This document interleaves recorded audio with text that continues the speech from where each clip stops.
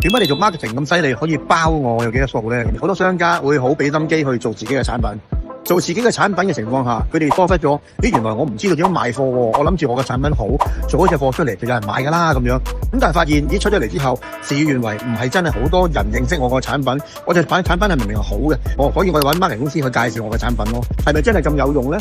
係咪真係咁簡單？介紹咗個產品就能夠賣得到咧？咁樣又唔係喎。咁所以我哋就諗，點解介紹 marketing 公司咁多會有啲冇效，會有啲有效咧？係我哋諗個方法出嚟，就不如我哋去包單仔啦。我哋喺全面性嘅諗就係要幫你賣埋貨啦。我哋做貨品嘅批發，我哋做貨品嘅代理咧，我做咗10幾年啦。換言之講，原來我哋有好嘅產品，咪我哋有好多嘅銷售店咯，同埋我哋好多年歷史啦。咁我哋下對下嘅腳咧，有接近30個啦。